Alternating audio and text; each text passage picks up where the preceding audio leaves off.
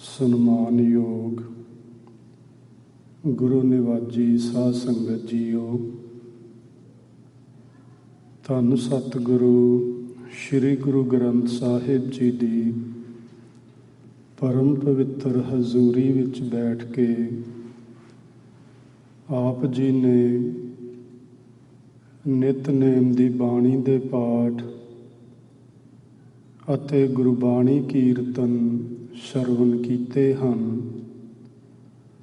ਆਓ ਹੁਣ ਆਪਣੀਆਂ ਮਨੋਬਿਰਤੀਆਂ ਗੁਰਮਤਿ ਦੀ ਵਿਚਾਰਧਾਰਾ ਨਾਲ ਜੋੜੀਏ। ਆਪ ਜੀ ਨੂੰ ਪਤਾ ਹੈ ਕਿ ਆਪਾਂ ਇੱਕ ਲੜੀ ਦੇ ਤਹਿਤ, ਜਿਸ ਨੂੰ ਮਹਾਂਪੁਰਸ਼ਾਂ ਨੇ 16 ਕਲਾ ਦਾ ਨਾਂ ਦਿੱਤਾ ਹੋਇਆ ਹੈ, ਉਸ ਦੇ ਅੰਤਰਗਤ ਕਥਾ ਵਿਚਾਰ ਪ੍ਰਾਰੰਭ ਕੀਤੀ ਸੀ ਤੇ ਕਰ ਰਹੇ ਹਾਂ। ਆਪਾਂ ਪਿੱਛੇ 6 ਕਲਾ ਯਾਨੀ 6 ਪੁਆਇੰਟਸ ਸਮਝ ਲਏ ਨੇ। 6ਵੀਂ ਕਲਾ ਸੀ ਵਿਦਿਆ, ਜਿਸ ਨੂੰ ਆਪਾਂ ਭਲੀ ਭਾਂਤ ਸਮਝਿਆ ਕਿ ਵਿਦਿਆ ਕਿਸ ਤਰ੍ਹਾਂ ਸਾਨੂੰ ਸੰਸਾਰ ਦੇ ਅੰਦਰ ਇੱਜ਼ਤ ਮਾਣ ਦਿਵਾਉਂਦੀ ਏ। ਜਿਸ ਮਨੁੱਖ ਦੇ ਕੋਲ ਕਿਸੇ ਪ੍ਰਕਾਰ ਦੀ ਕੋਈ ਵੀ ਵਿਦਿਆ ਹੋਵੇ, ਕਿਸ ਤਰ੍ਹਾਂ ਉਹ ਆਪਣੀ ਰੋਜ਼ੀ ਰੋਟੀ ਉਸ ਵਿਦਿਆ ਦੇ ਆਧਾਰ 'ਤੇ ਕਮਾ ਕੇ ਆਪ ਖਾਂਦਾ ਹੈ ਅਤੇ ਆਪਣੇ ਪਰਿਵਾਰ ਦਾ ਗੁਜ਼ਾਰਾ ਚਲਾਉਂਦਾ ਹੈ। ਸੋ ਅੱਜ ਅਸੀਂ ਪ੍ਰਾਰੰਭ ਕਰਨਾ ਹੈ ਅਧਿਆਤਮ ਕਲਾ। ਸੋ ਇਹਦੇ ਅੰਤਰਗਤ ਕੁਝ ਸਵਾਲ ਆਉਣੇ ਨੇ, ਆਪਾਂ ਉਹ ਸਮਝਣੇ ਨੇ। ਪਰ ਇਸ ਤੋਂ ਪਹਿਲਾਂ ਮੈਂ ਇੱਕ ਛੋਟੀ ਜਿਹੀ ਕਰੈਕਸ਼ਨ ਕਰਨਾ ਚਾਹਾਂਗਾ। ਪਿਛਲੀ ਕਥਾ ਵਿੱਚ ਗੁਰਬਾਣੀ ਦੀ ਪੰਕਤੀ ਪੜ੍ਹਦਿਆਂ ਮੈਂ ਇਹ ਪੜ੍ਹਿਆ ਸੀ, ਜੋ ਪ੍ਰਾਣੀ ਹਰ ਨਾਮ ਧਿਆਵੈ, ਪੜ੍ਹਿਆ ਅਨਪੜ੍ਹਿਆ ਪਰਮ ਗਤ ਪਾਵੈ। ਉਹ ਠੀਕ ਪੰਕਤੀ ਇਸ ਤਰ੍ਹਾਂ, ਜੋ ਪ੍ਰਾਣੀ ਗੋਵਿੰਦ ਧਿਆਵੈ, ਪੜ੍ਹਿਆ ਅਨਪੜ੍ਹਿਆ ਪਰਮ ਗਤ ਪਾਵੈ। ਸੋ ਉਹਦੇ ਲਈ ਸੰਗਤ ਕੋਲੋਂ, ਗੁਰੂ ਕੋਲੋਂ ਖਿਮਾ ਦਾ ਯਾਚਕ ਹਾਂ। ਆਓ ਹੁਣ ਅਸੀਂ ਪ੍ਰਾਰੰਭ ਕਰਦੇ ਹਾਂ ਅਧਿਆਤਮ ਕਲਾ। ਅਧਿਆਤਮ ਸ਼ਬਦ ਜਿਹੜਾ ਹੈ, ਇਹ ਅਸਲ ਵਿੱਚ ਸ਼ਬਦ ਆਤਮ ਹੀ ਹੈ। ਮਹਾਂਪੁਰਸ਼ਾਂ ਦਾ ਕਹਿਣਾ ਹੈ ਕਿ ਜਿਹੜਾ ਅਧਿ ਸ਼ਬਦ ਹੈ ਆਤਮ ਤੋਂ ਪਹਿਲਾਂ ਲੱਗਾ,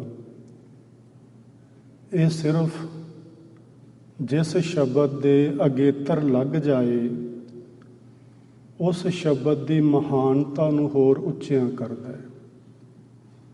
ਸੋ ਇੱਥੇ ਆਤਮਾ ਦੀ ਮਹਾਨਤਾ ਨੂੰ ਉੱਚਿਆਂ ਕਰਨ ਲਈ, ਜਿਵੇਂ ਸਾਡੇ ਸਰੀਰ ਦੇ ਕਈ ਭਾਗ ਨੇ, ਇੱਕ ਸਰੀਰ ਏ, ਇੱਕ ਮਨ ਏ, ਬੁੱਧੀ ਏ, ਚਿੱਤ ਏ, ਅਹੰਕਾਰ ਏ,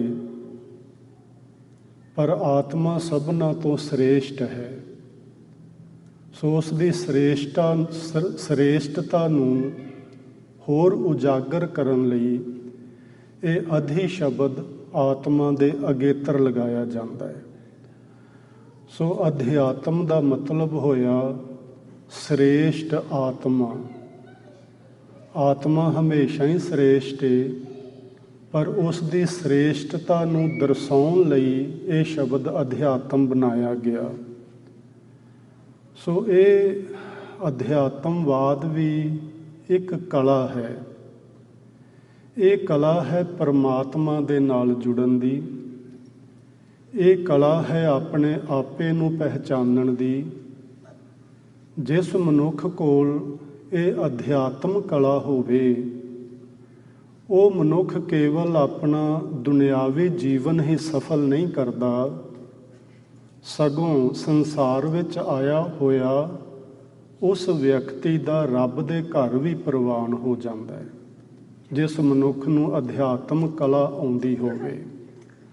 ਸੋ ਆਓ ਆਪਾਂ ਹੁਣ ਕੁਛ ਮਹਾਂਪੁਰਸ਼ਾਂ ਦੇ ਦੱਸੇ ਹੋਏ ਬਚਨਾਂ ਰਾਹੀਂ, ਗੁਰੂ ਕੇ ਬਚਨ ਜੋ ਗੁਰਬਾਣੀ ਵਿੱਚ ਦਰਜ ਨੇ, ਉਹਨਾਂ ਦੀ ਰਾਹੀਂ ਆਪਾਂ ਇਸ ਅਧਿਆਤਮ ਕਲਾ ਨੂੰ ਸਮਝਣ ਦੀ ਕੋਸ਼ਿਸ਼ ਕਰਦੇ ਹਾਂ। ਆਪਾਂ ਗੁਰੂ ਨਾਨਕ ਦੇਵ ਮਹਾਰਾਜ ਦੇ ਪਵਿੱਤਰ ਬਚਨ ਤੋਂ ਸ਼ੁਰੂ ਕਰੀਏ। ਆਪ ਜੀ ਲਿਖਦੇ ਨੇ, ਅਧਿਆਤਮ ਕਰਮ ਕਰੇ ਦਿਨ ਰਾਤੀ, ਨਿਰਮਲ ਜੋਤ ਨਿਰੰਤਰ ਜਾਤੀ।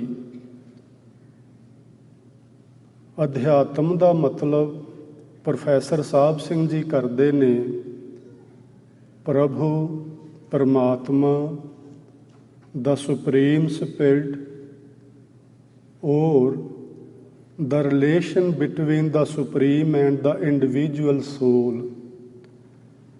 ਸਾਡਾ ਇਸ ਛੋਟੀ ਆਤਮਾ ਦਾ ਭਾਵ ਪਰਮਾਤਮਾ ਦੇ ਅੰਸ਼ ਦਾ ਤੇ ਪਰਮਾਤਮਾ ਦਾ ਜੋ ਆਪਸੀ ਸੰਬੰਧ ਹੈ ਉਸ ਨੂੰ ਅਧਿਆਤਮ ਆਖਦੇ ਨੇ।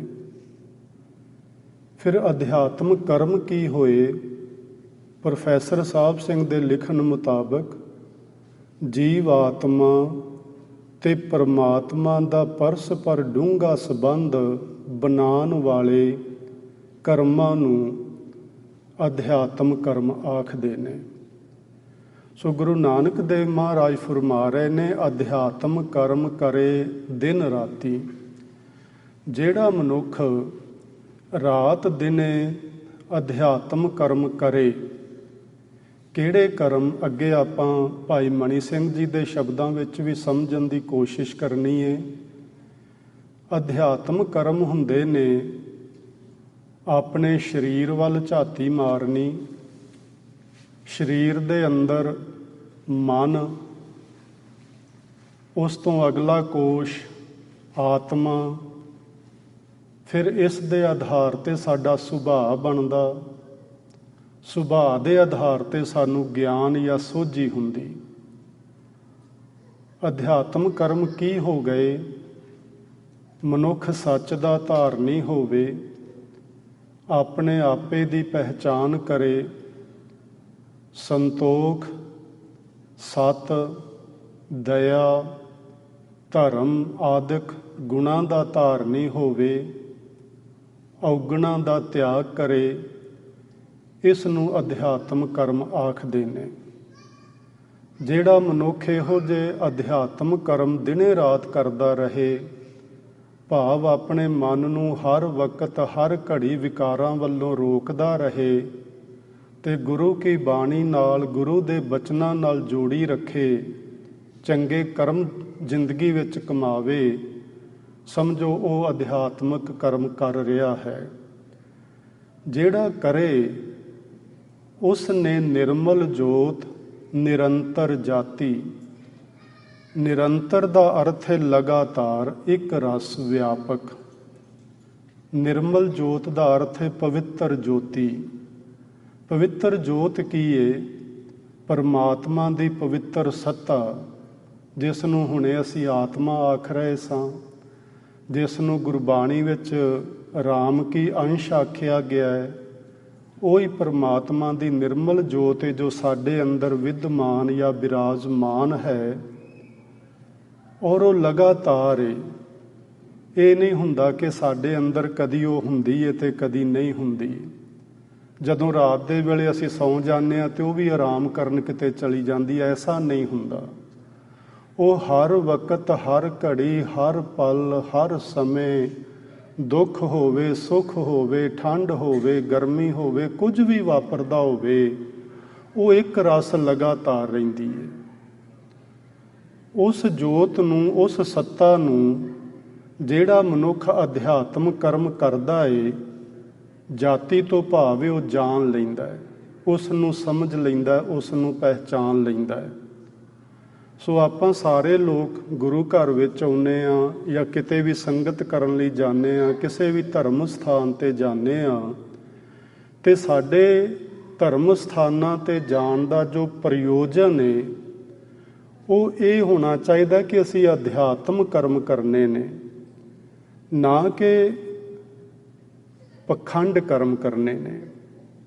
ਗੁਰਬਾਣੀ ਵਿੱਚ ਸਾਫ਼-ਸਾਫ਼ ਲਿਖਿਆ ਗਿਆ ਹੈ ਕਿ ਜਿਹੜੇ ਲੋਕ ਅਧਿਆਤਮ ਦੇ ਨਾਂ ਹੇਠਾਂ ਪਖੰਡ ਕਰਮ ਕਰਦੇ ਨੇ, ਵਿਖਾਵੇ ਦੇ ਕਰਮ ਕਰਦੇ ਨੇ, ਵਹਿਮਾਂ ਭਰਮਾਂ ਵਿੱਚ ਪੈ ਕੇ ਕਰਮ ਕਾਂਡ ਕਰਦੇ ਨੇ, ਉਹ ਅਧਿਆਤਮਵਾਦੀ ਕਦੇ ਵੀ ਨਹੀਂ ਬਣ ਸਕਦੇ।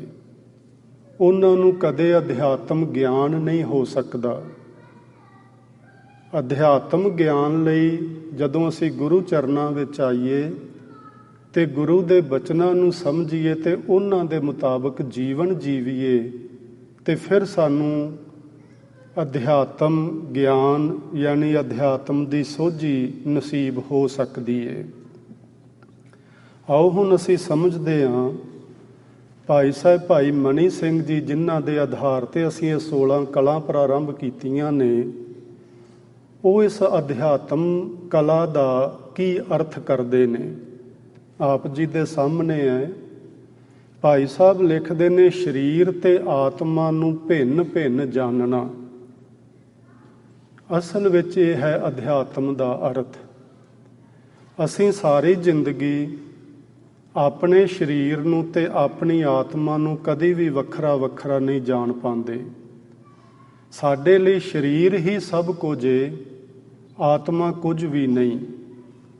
ਆਮ ਲੋਕਾਂ ਨੂੰ ਇਹ ਵੀ ਨਹੀਂ ਪਤਾ ਹੁੰਦਾ ਕਿ ਸਾਡੇ ਵਿੱਚ ਆਤਮਾ ਹੈ ਵੀ ਹੈ ਕਿ ਨਹੀਂ, ਕਿਉਂਕਿ ਅਸੀਂ ਸਰੀਰ ਨੂੰ ਹੀ ਜਨਮਦਾ ਵੇਖਦੇ ਹਾਂ, ਸਰੀਰ ਨੂੰ ਹੀ ਵੱਡਾ ਹੁੰਦਾ ਵੇਖਦੇ ਹਾਂ, ਸਰੀਰ ਹੀ ਦੁਨੀਆ ਦੇ ਵਿੱਚ ਕਿਰਿਆ ਕਰਮ ਕਰਦਾ ਹੋਇਆ ਸਾਡੀਆਂ ਅੱਖਾਂ ਦੇ ਸਾਹਮਣੇ ਆਉਂਦਾ ਹੈ ਤੇ ਸਰੀਰ ਹੀ ਇੱਕ ਦਿਨ ਮਰ ਜਾਂਦਾ ਹੈ ਤੇ ਅਸੀਂ ਇਸ ਨੂੰ ਸੰਸਕਾਰ ਦਿੰਦੇ ਹਾਂ। ਇਸ ਲਈ ਅਸੀਂ ਆਤਮਾ ਨੂੰ ਨਹੀਂ ਜਾਣਦੇ, ਕਿਉਂਕਿ ਉਹ ਗੁਪਤ ਵਰਤ ਰਹੀ ਹੈ। ਸਰੀਰ ਸਾਡੀਆਂ ਅੱਖਾਂ ਦੇ ਸਾਹਮਣੇ ਵਰਤਦਾ ਹੈ, ਜਨਮ ਲੈਂਦਾ ਤੇ ਮਰਦਾ ਤੇ ਸਾਰੀ ਜ਼ਿੰਦਗੀ ਕਿਰਿਆ ਕਰਮ ਕਰਦਾ, ਇਹ ਸਾਡੇ ਸਾਹਮਣੇ ਹੁੰਦਾ ਹੈ। ਇਸ ਲਈ ਅਸੀਂ ਸਰੀਰ ਨੂੰ ਹੀ ਜਾਣਦੇ ਹਾਂ।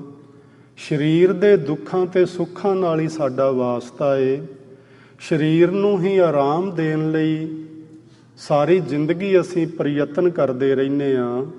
ਸਰੀਰ ਵਾਸਤੇ ਹੀ ਅਸੀਂ ਜੀਂਦੇ ਹਾਂ ਤੇ ਸਰੀਰ ਵਾਸਤੇ ਹੀ ਅਸੀਂ ਮਰਦੇ ਹਾਂ। ਇਸ ਲਈ ਸਾਨੂੰ ਆਤਮਾ ਦਾ ਕੋਈ ਗਿਆਨ ਨਹੀਂ ਹੁੰਦਾ। ਹੁਣ ਭਾਈ ਸਾਹਿਬ ਜੀ ਦੀ ਵਿਚਾਰ ਹੈ ਕਿ ਜਿਉਂਦੇ ਜੀ ਸਾਨੂੰ ਸਰੀਰ ਤੇ ਆਤਮਾ ਨੂੰ ਵੱਖ-ਵੱਖ ਸਮਝਣ ਦੀ ਟੈਕਨੀਕ ਸਮਝ ਆ ਜਾਏ, ਅਸੀਂ ਉਹਦੇ ਤੇ ਕਰਮ ਕਰੀਏ। ਜਿਸ ਨੂੰ ਅਧਿਆਤਮ ਕਰਮ ਕਰੇ ਆਖਿਆ ਨਾ ਗੁਰੂ ਨਾਨਕ ਸਾਹਿਬ ਨੇ, ਉਹ ਅਧਿਆਤਮ ਕਰਮ ਇੱਥੋਂ ਪ੍ਰਾਰੰਭ ਹੁੰਦੇ ਨੇ। ਅੱਗੇ ਅਸੀਂ ਸਮਝਣਾ ਹੈ, ਮਹਾਨ ਕੋਸ਼ ਦੇ ਆਧਾਰ 'ਤੇ 5 ਚੀਜ਼ਾਂ ਸਮਝਣੀਆਂ ਨੇ, ਪਰ ਇੱਥੇ ਅਸੀਂ ਇਹ ਸਮਝਦੇ ਹਾਂ ਕਿ ਸਰੀਰ ਤੇ ਆਤਮਾ ਨੂੰ ਜਿਨ੍ਹਾਂ ਲੋਕਾਂ ਨੇ ਵੱਖ-ਵੱਖ ਜਿਉਂਦੇ ਜੀ ਪਹਿਚਾਨ ਲਿਆ, ਉਹਨਾਂ ਨੇ ਹੀ ਆਪਣਾ ਬੰਦ ਕਟਵਾਇਆ ਹੈ। ਭਾਈ ਮਨੀ ਸਿੰਘ ਜਿਨ੍ਹਾਂ ਦੀ ਅਸੀਂ ਗੱਲ ਕਰ ਰਹੇ ਹਾਂ, ਜਲਾਦ ਕੁਹਾੜਾ ਲੈ ਕੇ, ਟਕੂਆ ਲੈ ਕੇ ਉਹਦੇ ਗੁੱਟ ਤੇ ਜਾਂ ਬਾਂਹ ਤੇ ਮਾਰਨ ਲੱਗਦਾ ਤੇ ਭਾਈ ਸਾਹਿਬ ਆਖਦੇ ਨੇ ਬੰਦ ਇੱਥੋਂ ਸ਼ੁਰੂ ਹੁੰਦਾ, ਪੋਟੇ ਤੋਂ। ਇੱਥੋਂ ਸ਼ੁਰੂ ਕਰ ਤੇ ਮੇਰਾ ਬੰਦ ਕੱਟ। ਉਹਨਾਂ ਨੂੰ ਸਰੀਰ ਕਟਾਉਂਦਿਆਂ ਕੋਈ ਡਰ ਨਾ ਆਇਆ, ਉਹਨਾਂ ਨੂੰ ਸਰੀਰ ਕਟਾਉਂਦਿਆਂ ਕੋਈ ਦੁੱਖ ਨਾ ਹੋਇਆ।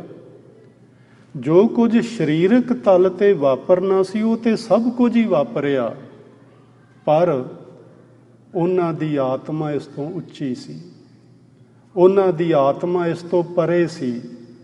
ਬਸ ਇਸ ਗੱਲ ਨੂੰ ਹੀ ਸਮਝਣਾ, ਆਤਮਾ ਤੇ ਸਰੀਰ ਨੂੰ ਭਿੰਨ ਕਰਕੇ ਵੇਖਣਾ। ਕਿੰਨੇ ਗੁਰਮੁਖ ਪਿਆਰੇ ਸਿੱਖੀ ਦੇ ਇਤਿਹਾਸ ਵਿੱਚ ਨੇ, ਭਾਈ ਤਾਰੂ ਸਿੰਘ ਵਰਗੇ, ਜਿਨ੍ਹਾਂ ਨੇ ਆਪਣੇ ਸਰੀਰ ਦੇ ਉੱਤੇ ਖੋਪਰੀ ਲੁਹਾ ਲਈ, 21 ਦਿਨਾਂ ਤੱਕ ਉਸ ਹਾਲਤ ਵਿੱਚ ਜਿੰਦਾ ਰਹੇ ਤੇ ਇੱਕ ਬਚਨ ਮਨ ਵਿੱਚੋਂ ਕੱਢਿਆ, ਮੁਖ ਚੋਂ ਕੱਢਿਆ ਸੀ ਕਿ ਤੈਨੂੰ ਅੱਗੇ ਲਾ ਕੇ ਲਿਜਾਣਾ ਹੈ ਲਾਹੌਰ ਦੇ ਸੂਬੇਦਾਰ ਨੂੰ। ਉਹ ਵਕਤ ਆਇਆ ਜਦੋਂ ਸੂਬੇਦਾਰ ਦੀ ਆਤਮਾ ਨੇ ਦੇਹ ਨੂੰ ਛੱਡਿਆ ਤੇ ਭਾਈ ਤਾਰੂ ਸਿੰਘ ਦੀ ਆਤਮਾ ਨੇ ਵੀ ਸਰੀਰ ਤਿਆਗਿਆ ਤੇ ਉਸ ਨੂੰ ਅੱਗੇ ਲਾ ਕੇ ਲੈ ਗਏ। ਲੈ ਕਿੱਥੇ ਗਏ ਇਹ ਨਹੀਂ ਪਤਾ, ਪਰ ਲੈ ਗਏ। ਸਰੀਰ ਤੇ ਆਤਮਾ ਨੂੰ ਭਿੰਨ ਜਾਣਨ ਦੇ ਲਈ ਮੈਂ ਇੱਕ ਗੁਰਮਤਿ ਦੇ ਇਤਿਹਾਸ ਤੋਂ ਬਾਹਰ ਦਾ ਪ੍ਰਮਾਣ ਤੁਹਾਨੂੰ ਦੇਣ ਲੱਗਾ ਹਾਂ। ਇੱਕ ਕਿਤਾਬ ਲਿਖੀ ਹੈ ਓਸ਼ੋ ਨੇ, ਤੇ ਇਹ ਪ੍ਰਮਾਣ ਮੈਂ ਇਸ ਲਈ ਦੇਣ ਲੱਗਾ ਕਿਉਂਕਿ ਸਾਡੀ ਸਿੱਖ ਰਹਿਤ ਮਰਿਆਦਾ ਕਹਿੰਦੀ ਹੈ ਕਿ ਕਿਸੇ ਵੀ ਮਹਾਂਪੁਰਸ਼ ਦਾ, ਕਿਸੇ ਵੀ ਧਾਰਮਿਕ ਕਿਤਾਬ ਦਾ ਜਾਂ ਕਿਸੇ ਵੀ ਦੁਨੀਆ ਦੇ ਪਹਿਲੂ ਤੋਂ ਜਿਹੜਾ ਗੁਰਮਤਿ ਦੇ ਉਲਟ ਨਾ ਜਾਂਦਾ ਹੋਵੇ, ਪ੍ਰਮਾਣ ਲਿਆ ਜਾ ਸਕਦਾ। ਇਸ ਲਈ ਮੈਂ ਇਹ ਪ੍ਰਮਾਣ ਲੈਣ ਲੱਗਾ। ਓਸ਼ੋ ਦੀ ਕਿਤਾਬ ਹੈ ਮੈਂ ਮੌਤ ਸਿਖਾਉਂਦਾ ਹਾਂ। ਉਹਦੇ ਵਿੱਚ ਉਹਨੇ ਇੱਕ ਆਪਣੀ ਹੱਡ ਬੀਤੀ ਲਿਖੀ ਹੋਈ ਹੈ। ਸਾਡੇ ਕੋਲ ਤੇ ਇਤਿਹਾਸ ਭਰਿਆ ਪਿਆ, ਉਹ ਤੁਸੀਂ ਸਾਰਿਆਂ ਬਹੁਤ ਵਾਰੀ ਸੁਣਿਆ, ਇਸ ਲਈ ਮੈਂ ਇੱਕ ਨਵਾਂ ਪ੍ਰਮਾਣ ਚੁਣਿਆ। ਉਹ ਕਹਿ ਰਿਹਾ ਹੈ ਕਿ ਮੈਂ ਆਪਣੀ ਜਦੋਂ ਸਾਧਨਾ ਦੇ ਅਧੀਨ ਸਾਂ, ਸਾਧਨਾ ਦੇ ਦੌਰਾਨ ਮੈਂ ਚਾਹ ਰਿਹਾ ਸਾਂ ਕਿ ਮੈਂ ਘੱਟ ਤੋਂ ਘੱਟ ਨੀਂਦ ਲੈ ਕੇ ਵੱਧ ਤੋਂ ਵੱਧ ਸਰੀਰਕ ਤੌਰ ਤੇ ਜਾਗ ਕੇ ਇਸ ਸਾਧਨਾ ਨੂੰ ਪੂਰਿਆਂ ਕਰਾਂ। ਉਹਨੇ ਆਖਿਆ ਕਿ ਮੈਨੂੰ ਨੀਂਦ ਬਹੁਤ ਸਤਾ ਰਹੀ ਸੀ। ਮੈਂ ਸਾਧਨਾ ਵਿੱਚ ਬੈਠਦਾ, ਮੇਰਾ ਸਿਰ ਥੱਲੇ ਨੂੰ ਝੁਕ ਜਾਂਦਾ ਤੇ ਜ਼ਮੀਨ ਨਾਲ ਲੱਗ ਜਾਂਦਾ, ਮੈਂ ਸੌਂ ਜਾਂਦਾ। ਮੈਂ ਫਿਰ ਉੱਠਦਾ, ਮੂੰਹ ਤੇ ਛਿੱਟੇ ਪਾਣੀ ਦੇ ਮਾਰਦਾ, ਫਿਰ ਮੈਂ ਬੈਠਦਾ। ਆਖਰ ਮੈਨੂੰ ਇਸ ਤਰ੍ਹਾਂ ਲੱਗਿਆ ਕਿ ਸਾਹਮਣੇ ਇੱਕ ਰੁੱਖ ਸੀ, ਵੀ ਇਸ ਨੀਂਦ ਤੋਂ ਬਚਣ ਲਈ ਮੈਂ ਉਸ ਰੁੱਖ ਦੀ ਇੱਕ ਵੱਡੀ ਟਾਹਣੀ ਤੇ ਬੈਠ ਜਾਣਾ। ਮਨ ਵਿੱਚ ਡਰ ਬਣਿਆ ਰਹੇਗਾ ਵੀ ਨੀਂਦ ਆਏਗੀ ਤੇ ਮੈਂ ਡਿੱਗ ਨਾ ਪਵਾਂ, ਤੇ ਥੱਲੇ ਡਿੱਗਿਆ ਤੇ ਸੱਟ ਲੱਗ ਜਾਏਗੀ। ਹੋ ਸਕਦਾ ਇਸ ਡਰ ਦੇ ਕਾਰਨ ਮੈਨੂੰ ਨੀਂਦ ਨਾ ਆਵੇ ਤੇ ਮੈਂ ਆਪਣੀ ਸਾਧਨਾ ਪੂਰੀ ਕਰ ਸਕਾਂ। ਉੱਥੇ ਬੈਠਿਆਂ ਬੈਠਿਆਂ ਸਾਧਨਾ ਵਿੱਚ ਨੀਂਦ ਦਾ ਝਟਕਾ ਲੱਗਾ ਤੇ ਜ਼ਮੀਨ ਤੇ ਡਿੱਗ ਪਿਆ। ਜਿਵੇਂ ਹੀ ਉਹ ਕਹਿੰਦਾ ਮੈਂ ਜ਼ਮੀਨ ਤੇ ਡਿੱਗਿਆ, ਇੰਨੇ ਜ਼ੋਰ ਦਾ ਇੱਕ ਝਟਕਾ ਮੇਰੇ ਸਰੀਰ ਨੂੰ ਲੱਗਾ। ਉਸ ਝਟਕੇ ਦੇ ਦੌਰਾਨ ਮੇਰੀ ਆਤਮਾ ਨੇ ਮੇਰੇ ਸਰੀਰ ਨੂੰ ਛੱਡ ਦਿੱਤਾ ਤੇ ਮੇਰੀ ਆਤਮਾ ਪਾਸੇ ਹੋ ਗਈ। ਜਿੰਨੇ ਹਿੰਦੂ ਧਰਮ ਦੇ ਪੁਰਾਣੇ ਗ੍ਰੰਥ ਨੇ, ਸਿਮਰਤੀਆਂ, ਸ਼ਾਸਤਰ, ਵੇਦ ਆਦਿਕ, ਉਹ ਸਾਡਾ ਇੱਕ ਸਰੀਰ ਨਹੀਂ ਮੰਨਦੇ। ਸਾਡਾ ਇੱਕ ਸਥੂਲ ਸਰੀਰ ਹੈ, ਇੱਕ ਸਾਡਾ ਇਸ ਦੇ ਅੰਦਰ ਸੂਖਸ਼ਮ ਸਰੀਰ ਹੈ, ਇੱਕ ਉਸ ਦੇ ਅੰਦਰ ਕਾਰਨ ਸਰੀਰ ਹੈ। ਉਹ ਤਿੰਨ ਸਰੀਰ ਮੰਨਦੇ ਨੇ। ਉੱਤੇ ਇਹ ਸੂਖਸ਼ਮ, ਇਹ ਅਸਥੂਲ ਸਰੀਰ, ਇਸ ਦੇ ਅੰਦਰ ਸੂਖਸ਼ਮ ਸਰੀਰ ਤੇ ਉਸ ਦੇ ਅੰਦਰ ਕਾਰਨ ਸਰੀਰ। ਉਹ ਕਹਿੰਦਾ ਰਜਨੀਸ਼ ਕਿ ਜਿਵੇਂ ਹੀ ਮੈਂ ਡਿੱਗਾ, ਮੇਰਾ ਸਥੂਲ ਸਰੀਰ ਤੇ ਮੇਰਾ ਸੂਖਸ਼ਮ ਸਰੀਰ ਇਹ ਦੋ ਵੱਖ-ਵੱਖ ਹੋ ਗਏ। ਇੱਕ ਛਿਨ ਭਰ ਲਈ ਮੈਨੂੰ ਪਹਿਚਾਨਣਾ ਔਖਾ ਹੋ ਗਿਆ ਕਿ ਮੇਰਾ ਅਸਲੀ ਸਰੀਰ ਕਿਹੜਾ ਹੈ, ਮੈਂ ਕੌਣ ਹਾਂ ਤੇ ਮੇਰਾ ਸਰੀਰ ਕੌਣ ਹੈ। ਇਹ ਗੱਲ ਪਹਿਚਾਨਣੀ ਔਖੀ ਹੋ ਗਈ। ਤੇ ਫਿਰ ਇੱਕ ਝਟਕਾ ਦੂਜਾ ਲੱਗਾ। ਇਹ ਇੱਕ ਆਤਮਿਕ ਝਟਕਾ ਸੀ ਕਿ ਮੈਂ ਕੌਣ ਹਾਂ। ਇਸ ਝਟਕੇ ਨੇ ਫਿਰ ਮੈਨੂੰ ਮੇਰੇ ਸਰੀਰ ਵਿੱਚ ਪ੍ਰਵੇਸ਼ ਕਰਵਾ ਦਿੱਤਾ। ਉਸ ਦਿਨ ਤੋਂ ਪਹਿਲਾ ਦਿਨ ਸੀ ਉਹ ਜਿਸ ਦਿਨ ਮੈਂ ਇਹ ਮਹਿਸੂਸ ਕਰ ਪਾਇਆ ਕਿ ਸਰੀਰ ਤੇ ਆਤਮਾ ਵੱਖ-ਵੱਖ ਵੀ ਹੋ ਸਕਦੇ ਨੇ, ਜਿਉਂਦੇ ਜੀ। ਸੋ ਸਾਡੇ ਕੋਲ ਇਤਿਹਾਸ ਭਰਿਆ ਪਿਆ ਹੈ ਇਹੋ ਜਿਹੀਆਂ ਵਾਰਦਾਤਾਂ ਦਾ। ਉਹਨਾਂ ਤੋਂ ਅਸੀਂ ਸਮਝ ਸਕਦੇ ਹਾਂ ਕਿ ਭਾਈ ਮਣੀ ਸਿੰਘ ਜੀ ਕੁਛ ਗਲਤ ਨਹੀਂ ਕਹਿ ਰਹੇ। ਸਰੀਰ ਤੇ ਆਤਮਾ ਨੂੰ ਭਿੰਨ-ਭਿੰਨ ਜਾਣਨਾ, ਇਹਨਾਂ ਨੂੰ ਵੱਖਰਿਆਂ-ਵੱਖਰਿਆਂ ਜਾਣਨਾ। ਹੁਣ ਅਸੀਂ ਸਮਝਦੇ ਹਾਂ ਕਿ ਵੱਖਰਿਆਂ-ਵੱਖਰਿਆਂ ਜਾਣਨਾ ਕਿਵੇਂ ਆ, ਇਹ ਟੈਕਨੀਕ ਕੀ ਹੈ, ਇਹ ਵਿਧੀ ਕੀ ਹੈ। ਭਾਈ ਸਾਹਿਬ ਭਾਈ ਕਾਹਨ ਸਿੰਘ ਜੀ ਨੇ ਅਧਿਆਤਮ ਦੇ ਸਿਰਲੇਖ ਹੇਠਾਂ ਇਹ 5 ਅਰਥ ਕੀਤੇ ਨੇ ਉਹਦੇ। ਸਰੀਰ, ਮਨ, ਆਤਮਾ, ਸੁਭਾਅ ਤੇ ਆਤਮ ਵਿਦਿਆ, ਅਧਿਆਤਮ ਦੇ 5 ਅਰਥ ਨੇ। ਹੁਣ ਜੇ ਅਸੀਂ ਇਹਨਾਂ 5 ਨੂੰ ਵੱਖਰਿਆਂ ਕਰਕੇ ਸਮਝੀਏ, ਇੱਥੋਂ ਸ਼ੁਰੂ ਕਰਾਂਗੇ ਤੇ ਸਾਨੂੰ ਅਧਿਆਤਮ ਗਿਆਨ ਹੋ ਸਕਦਾ ਹੈ। ਅਸੀਂ ਆਪਣੇ ਸਰੀਰ ਤੇ ਆਤਮਾ ਨੂੰ ਵੱਖਰਿਆਂ ਵੇਖ ਸਕਦੇ ਹਾਂ। ਔਰ ਇੱਕ ਮੈਂ ਮਹਾਂਪੁਰਸ਼ ਦਾ ਜੀਵਨ ਪੜ੍ਹਦਾ, ਉਹਦੇ ਕੋਲ ਨਾ ਇੱਕ ਸਿਆਣਾ ਸੱਜਣ ਆਉਂਦਾ ਹੈ। ਤੇ ਉਹ ਕਹਿੰਦਾ ਵੀ ਮਹਾਂਪੁਰਸ਼ੋ, ਤੁਸੀਂ ਅਧਿਆਤਮਵਾਦ ਦੀ ਬੜੀ ਗੱਲ ਕਰਦੇ ਹੋ ਹਮੇਸ਼ਾ। ਤੁਹਾਡੇ ਕੋਲ ਜਦੋਂ ਆਈਏ ਤੁਸੀਂ ਕਹਿੰਦੇ ਹੋ ਵੀ ਅਧਿਆਤਮ ਕਰਮ ਕਰੋ, ਆਪਣੀ ਆਤਮਾ ਨੂੰ ਪਹਿਚਾਨੋ, ਆਪਣੇ ਸਰੀਰ ਦੇ ਅੰਦਰ ਝਾਤੀ ਮਾਰੋ। ਇਹ ਬਾਰ-ਬਾਰ ਤੁਸੀਂ ਕਹਿੰਦੇ ਹੋ। ਕੀ ਮੈਨੂੰ ਦੱਸੋਗੇ ਆਤਮਾ ਅਕਸਰ ਹੈ ਕੀ ਏ? ਮਹਾਤਮਾ ਕਹਿੰਦੇ ਨੇ, ਮੈਂ ਉਹਨੂੰ ਬਹੁਤ ਸਮਝਾਇਆ ਪ੍ਰਮਾਣ ਦੇ ਦੇ ਕੇ, ਪਰ ਉਹਦੀ ਸਮਝ ਵਿੱਚ ਗੱਲ ਨਹੀਂ ਸੀ ਆ ਰਹੀ। ਕਹਿੰਦੇ ਮੇਰੇ ਹੱਥ ਵਿੱਚ ਇੱਕ ਫੁੱਲ ਸੀ ਗੁਲਾਬ ਦਾ, ਤੇ ਮੈਂ ਉਸ ਨੂੰ ਇਹ ਗੱਲ ਆਖੀ ਵੀ ਇਹ ਕੀ ਏ? ਉਹ ਕਹਿੰਦਾ ਜੀ ਇਹ ਗੁਲਾਬ ਦਾ ਫੁੱਲ ਏ। ਤੇ ਅਸਲ ਵਿੱਚ ਗੁਲਾਬ ਦਾ ਫੁੱਲ ਕੀ? ਉਹਦੇ ਵਿੱਚ 3 ਮੁੱਖ ਚੀਜ਼ਾਂ ਹੁੰਦੀਆਂ ਨੇ। ਇੱਕ ਉਹਦੀਆਂ ਪੰਖੜੀਆਂ, ਇੱਕ ਉਹਦਾ ਸੋਹਣਾ ਖੂਬਸੂਰਤ ਰੰਗ, ਕੋਮਲਤਾ, ਤੇ ਤੀਸਰੀ ਉਹਦੇ ਵਿੱਚ ਸੁਗੰਧੀ ਹੁੰਦੀ ਹੈ। ਹੋਰ ਕੁਝ ਨਹੀਂ ਹੁੰਦਾ ਫੁੱਲ ਵਿੱਚ। ਮੁੱਖ ਰੂਪ ਵਿੱਚ ਇਹ 3 ਹੀ ਚੀਜ਼ਾਂ ਹੁੰਦੀਆਂ ਨੇ। ਉਹ ਕਹਿੰਦੇ ਨੇ ਮੈਂ ਉਹਦੀਆਂ ਜਿਹੜੀਆਂ ਪੰਖੜੀਆਂ ਸਨ, ਕੱਲੀਆਂ ਕੱਲੀਆਂ ਕਰਕੇ ਤੇ ਉਹਨੂੰ ਪੁੱਛਿਆ ਵੀ ਇਹ ਕੀ ਨੇ? ਕਹਿੰਦਾ ਜੀ ਇਹ ਪੰਖੜੀਆਂ ਨੇ। ਤੇ ਮੈਂ ਆਖਿਆ ਫੁੱਲ ਕਿੱਥੇ ਆ? ਕਹਿੰਦੇ ਜੀ ਉਹ ਤੇ ਹੁਣ ਹੈ ਨਹੀਂਗਾ। ਤੇ ਮੈਂ ਉਹਨੂੰ ਸਮਝਾਇਆ ਵੀ ਜਿਹੜੀ ਚੀਜ਼ ਤੂੰ ਕਹਿ ਰਿਹਾ ਨਾ ਹੈ ਨਹੀਂ, ਉਹ ਹੀ ਆਤਮਾ ਹੈ। ਕਿਉਂਕਿ ਸਾਨੂੰ ਉਹ ਨਜ਼ਰ ਨਹੀਂ ਆ ਰਹੀ, ਸਾਨੂੰ ਉਸ ਦਾ ਗਿਆਨ ਨਹੀਂ, ਸਾਨੂੰ ਉਹ ਦਿਸ ਨਹੀਂ ਰਹੀ। ਇਸ ਲਈ ਫੁੱਲ ਅਜੇ ਵੀ ਏ, ਪਰ ਨਜ਼ਰ ਨਹੀਂ ਆ ਰਿਹਾ। ਉਹਦੀਆਂ ਪੰਖੜੀਆਂ ਖਿੱਲਰ ਗਈਆਂ ਨੇ, ਉਹਦੀ ਕੋਮਲਤਾ ਥੋੜ੍ਹੇ ਸਮੇਂ ਬਾਅਦ ਖਤਮ ਹੋ ਜਾਏਗੀ, ਉਹਦੇ ਵਿੱਚੋਂ ਆਉਂਦੀ ਸੁਗੰਧੀ ਵੀ ਨਹੀਂ ਰਹੇਗੀ ਥੋੜ੍ਹੇ ਸਮੇਂ ਬਾਅਦ, ਪਰ ਫੁੱਲ ਤਾਂ ਫਿਰ ਵੀ ਰਹੇਗਾ। ਉਹ ਕਦੀ ਵੀ ਖਤਮ ਨਹੀਂ ਹੋਏਗਾ। ਉਹ ਸਾਡੇ ਅੰਦਰ ਇੱਕ ਭਾਵ ਹੈ, ਇੱਕ ਭਾਵਨਾ ਹੈ ਫੁੱਲ ਦੀ, ਉਹ ਕਦੀ ਨਹੀਂ ਮਰੇਗੀ। ਇਸੇ ਤਰ੍ਹਾਂ ਜਿਹੜੀ ਸਾਡੇ ਅੰਦਰ ਆਤਮਾ, ਜਿਸ ਨੂੰ ਅਸੀਂ ਵੇਖ ਨਹੀਂ ਪਾ ਰਹੇ, ਉਹ ਹੈਗੀ ਏ। ਉਸ ਦੇ ਆਧਾਰ ਤੇ, ਉਸ ਦੇ ਆਸਰੇ ਹੀ ਸਾਡਾ ਜੀਵਨ ਏ। ਉਸ ਦੇ ਆਸਰੇ ਹੀ ਅਸੀਂ ਸਭ ਕਿਰਿਆ ਕਰਮ ਕਰ ਰਹੇ ਹਾਂ। ਉਸ ਤੋਂ ਬਿਨਾਂ ਇਹ ਸਰੀਰ ਜਿਹੜਾ ਸਾਡਾ ਸਾਨੂੰ ਸਾਹਮਣੇ ਨਜ਼ਰ ਆਉਂਦਾ ਹੈ, ਜਦੋਂ ਇਹ ਆਤਮਾ ਵਿੱਚੋਂ ਨਿਕਲੇਗੀ ਤੇ ਇਸ ਦੀਆਂ ਵੀ ਸਾਰੀਆਂ ਪੰਖੜੀਆਂ ਵੱਖ-ਵੱਖ ਹੋ ਜਾਣਗੀਆਂ। ਇਹ ਸਰੀਰ ਵੀ ਨਾ ਰਹੇਗਾ। ਭਾਈ ਸਾਹਿਬ ਆਖਦੇ ਨੇ ਕਿ ਸਭ ਤੋਂ ਪਹਿਲਾਂ ਜੇ ਤੁਸੀਂ ਅਧਿਆਤਮ ਨੂੰ ਜਾਣਨਾ ਹੈ ਤੇ ਆਪਣੇ ਸਰੀਰ ਨੂੰ ਜਾਣੋ। ਗੁਰੂ ਤੇਗ ਬਹਾਦਰ ਸਾਹਿਬ ਮਹਾਰਾਜ ਸਰੀਰ ਦੇ ਸੰਬੰਧ ਵਿੱਚ ਗੱਲ ਕਰਦਿਆਂ ਆਖਦੇ ਨੇ, 5 ਤਤ ਕੋ ਤਨ ਰਚਿਓ, ਜਾਨੋ ਚਤੁਰ ਸੁਜਾਨ। ਐ ਸਿਆਣੇ ਸੱਜਣੋ, ਇਸ ਗੱਲ ਨੂੰ ਸਮਝ ਲਵੋ, ਜੇ ਅਧਿਆਤਮ ਨੂੰ ਸਮਝਣਾ ਹੈ ਤਾਂ, ਵੀ ਇਹ ਸਾਡਾ ਸਰੀਰ 5 ਤੱਤਾਂ ਦਾ ਬਣਿਆ। ਜੇ ਤੇ ਉਪਜਿਓ ਨਾਨਕਾ ਲੀਨ ਤਾਹੇ ਮਹਿਮਾਨ। ਜਿਹੜੀ ਚੀਜ਼, ਜਿਹੜੇ 5 ਤੱਤ ਜਿਸ ਤੋਂ ਉਪਜੇ ਨੇ, ਆਖਰ ਇਹਨਾਂ ਨੇ ਉਹਦੇ ਵਿੱਚ ਹੀ ਲੀਨ ਹੋਣਾ ਹੈ।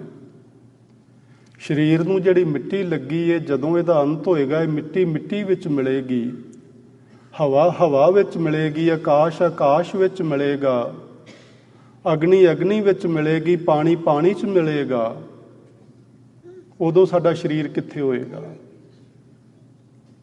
ਨਹੀਂ ਹੋਏਗਾ।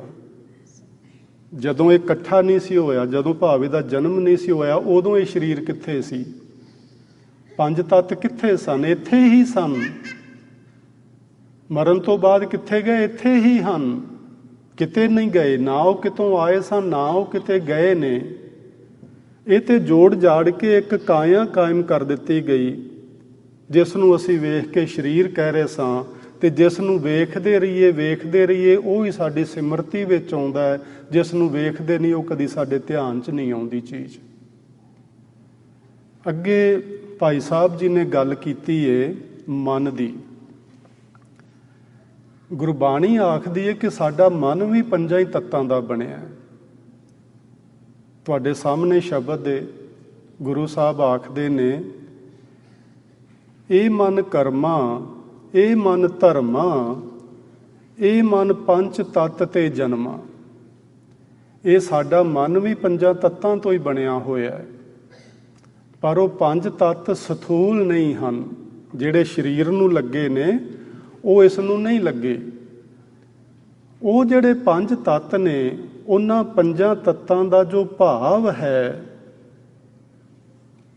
ਉਹਨਾਂ ਭਾਵਨਾਵਾਂ ਦਾ ਸਾਡਾ ਮਨ ਬਣਿਆ ਹੋਇਆ। ਉਹਨਾਂ ਦਾ ਭਾਵ ਕੀ ਹੈ? ਅਸੀਂ ਕਈ ਵਾਰੀ ਕਰਦੇ ਹੁੰਦੇ ਹਾਂ ਸ਼ਬਦ, ਸਪਰਸ਼, ਰੂਪ, ਰਸ, ਗੰਧ। ਇਹ ਜਿਹੜੀਆਂ ਪੰਜ ਚੀਜ਼ਾਂ ਨੇ ਇਹ ਉਹਨਾਂ ਪੰਜਾਂ ਤੱਤਾਂ ਦੀਆਂ ਭਾਵਨਾਵਾਂ ਨੇ ਜਿਨ੍ਹਾਂ ਤੋਂ ਮਨ ਬਣਦਾ ਹੈ। ਸੋ ਇਹ ਮਨ ਕਰਮਾਂ, ਇਹ ਮਨ ਧਰਮਾਂ, ਇਹ ਮਨ ਪੰਜ ਤੱਤ ਤੇ ਜਨਮਾਂ, ਪੰਜਾਂ ਤੱਤਾਂ ਤੋਂ ਜੋ ਸਾਡੇ ਅੰਦਰ ਫੁਰਨਾ ਉੱਠਦਾ ਉਸ ਨੂੰ ਅਸੀਂ ਮਨ ਆਖਦੇ ਹਾਂ। ਕੋਈ ਚੀਜ਼ ਧਰਤੀ ਦੇ ਜਿਹੜਾ ਗੁਣ ਹੈ ਉਹਦੇ ਵਿੱਚੋਂ ਨਿਕਲ ਕੇ ਸਾਡੇ ਤੱਕ ਪਹੁੰਚਦੀ ਹੈ। ਕੋਈ ਪਾਣੀ ਦੇ ਗੁਣ ਵਿੱਚੋਂ ਨਿਕਲ ਕੇ ਸਾਡੇ ਸਰੀਰ ਦੇ ਅੰਦਰ ਅੰਤਸ਼ਕਰਨ ਤੱਕ ਪਹੁੰਚਦੀ ਹੈ। ਇਸੇ ਤਰ੍ਹਾਂ ਪੰਜਾਂ ਦੇ ਉਹ ਜਿਹੜੇ ਪੰਜਾਂ ਤੱਤਾਂ ਦੇ ਪੰਜ ਗੁਣ ਪਾਏ ਜਾਂਦੇ ਨੇ, ਜਦੋਂ ਸਾਡੇ ਅੰਦਰ ਉਹ ਇਕੱਠੇ ਹੁੰਦੇ ਨੇ ਤੇ ਇੱਕ ਫੁਰਨਾ ਬਣਦਾ ਹੈ, ਉਸ ਨੂੰ ਮਨ ਆਖਦੇ ਨੇ। ਉਹਨਾਂ ਪੰਜਾਂ ਤੱਤਾਂ ਤੋਂ ਉਹ ਮਨ ਬਣਦਾ ਹੈ।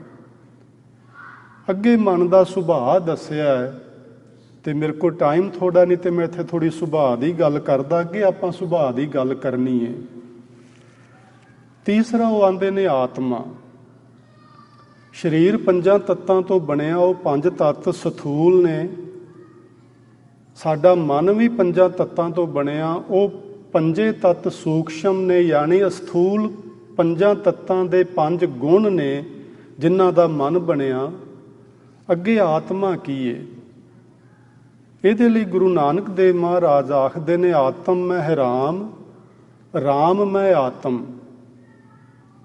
ਆਤਮਾ ਦਾ ਕੋਈ ਤੱਤ ਨਹੀਂ ਹੈ, ਨਾ ਇਹ ਕਿਸੇ ਗੁਣ ਤੋਂ ਬਣਦੀ ਹੈ, ਨਾ ਇਹ ਕਿਸੇ ਅਵਗੁਣ ਕਰਕੇ ਬਿਨਸਦੀ ਹੈ। ਇਹ ਜੋ ਹੈ ਸੋ ਹੈ।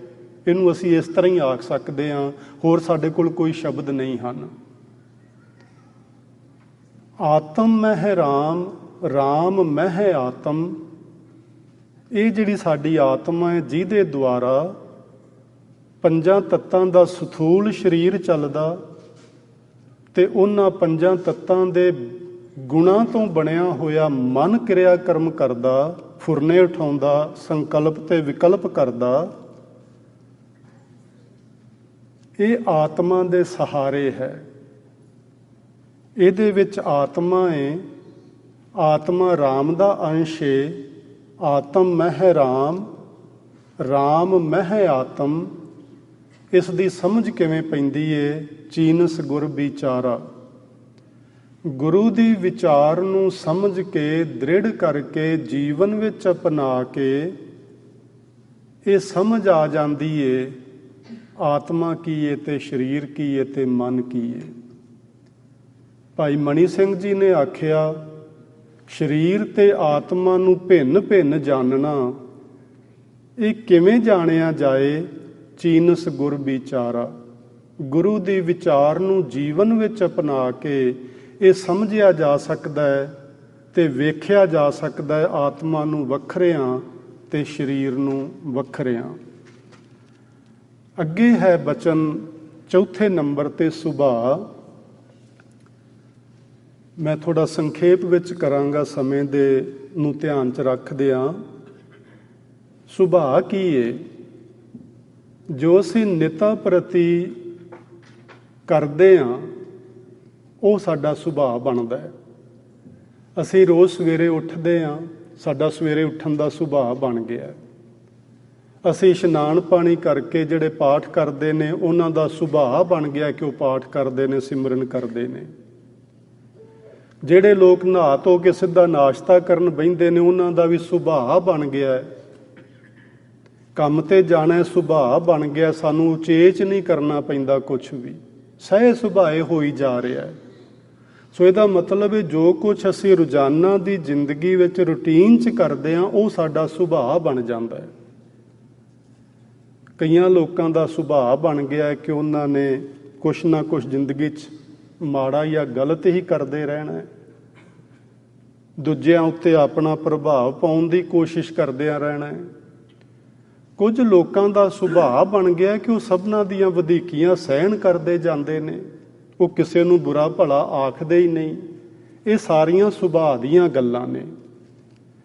ਗੁਰੂ ਪੰਜਵੇਂ ਪਾਤਸ਼ਾਹ ਆਖਦੇ ਨੇ, ਹਮਰੋ ਸੁਹਾਓ ਸਦਾ ਸਦ ਭੂਲਨ, ਤੁਮਰੋ ਬਿਰਦ ਪਤਿਤ ਉਧਰਨ। ਕਿੰਨਾ ਵੱਡਾ ਫਰਕ ਹੈ ਸਾਡੇ ਸੁਭਾਅ ਵਿੱਚ ਤੇ ਆਤਮ ਦੇ ਸੁਭਾਅ ਵਿੱਚ, ਪਰਮਾਤਮ ਦੇ ਸੁਭਾਅ ਵਿੱਚ। ਪਰਮਾਤਮਾ ਦਾ ਬਿਰਦ ਮੈਨੇ ਸੁਭਾਅ, ਪਰਮਾਤਮਾ ਦਾ ਸੁਭਾਅ ਕੀ ਇਹ ਪਤਿਤਾਂ ਨੂੰ ਉਧਾਰਨਾ, ਪਾਪੀਆਂ ਦਾ ਭਲਾ ਕਰਨਾ। ਅਸੀਂ ਤਾਂ ਹੀ ਉਸ ਨੂੰ ਦਇਆਵਾਨ ਆਖਦੇ ਹਾਂ, ਤਰਸਵਾਨ ਆਖਦੇ ਹਾਂ, ਮਿਹਰਵਾਨ ਆਖਦੇ ਹਾਂ। ਉਹ ਪਾਪੀਆਂ ਨੂੰ ਤਾਰਨ ਵਾਲਾ ਹੈ, ਇਹ ਉਹਦਾ ਸੁਭਾਅ ਹੈ। ਤੇ ਸਾਡਾ ਸੁਭਾਅ ਕੀ ਹੈ? ਹਮਰੋ ਸਹਾਓ ਸਦਾ ਸਦ ਭੁੱਲਣ। ਸਾਡਾ ਸੁਭਾਅ ਹੈ ਗਲਤੀਆਂ ਕਰਨਾ, ਹਰ ਵਕਤ ਭੁੱਲਦਿਆਂ ਰਹਿਣਾ। ਸੋ ਇਹ ਸਾਡਾ ਸੁਭਾਅ ਹੈ। ਇਸ ਕਰਕੇ ਸਾਡਾ ਤੇ ਸਾਡੇ ਆਤਮਾ ਦਾ ਤਾਲਮੇਲ ਨਹੀਂ ਬਣਦਾ। ਇਹ ਤੇ ਗੱਲ ਆਪਾਂ ਸਹਿ ਸੁਭਾਅ ਸਮਝ ਸਕਦੇ ਹਾਂ ਕਿ ਇੱਥੇ ਦੁਨੀਆ ਦੇ ਅੰਦਰ ਜਿਨ੍ਹਾਂ ਲੋਕਾਂ ਦਾ ਆਪਸ ਵਿੱਚ ਸੁਭਾਅ ਮਿਲਦਾ ਹੋਵੇ ਉਹ ਇਕੱਠੇ ਹੋ ਕੇ ਬੈਠਦੇ ਨੇ। ਜਿਨ੍ਹਾਂ ਨਾਲ ਸੁਭਾਅ ਨਾ ਮਿਲਦਾ ਹੋਵੇ ਦੂਰੋਂ ਹੀ ਸਤਿ ਸ੍ਰੀ ਅਕਾਲ ਆਖ ਕੇ ਲੰਘ ਜੀਦਾ। ਗੱਲ ਤੇ ਬੜੀ ਸਿੱਧੀ ਜੀ ਹੈ। ਸੁਭਾਅ ਨਹੀਂ ਮਿਲਦਾ ਤੇ ਨਹੀਂ ਇਕੱਠੇ ਬੈਠਦੇ, ਸੁਭਾਅ ਮਿਲਦਾ ਜਿਨ੍ਹਾਂ ਨਾਲ ਉਹਨਾਂ ਨਾਲ ਇਕੱਠੇ ਬੈਠਦੇ ਆ।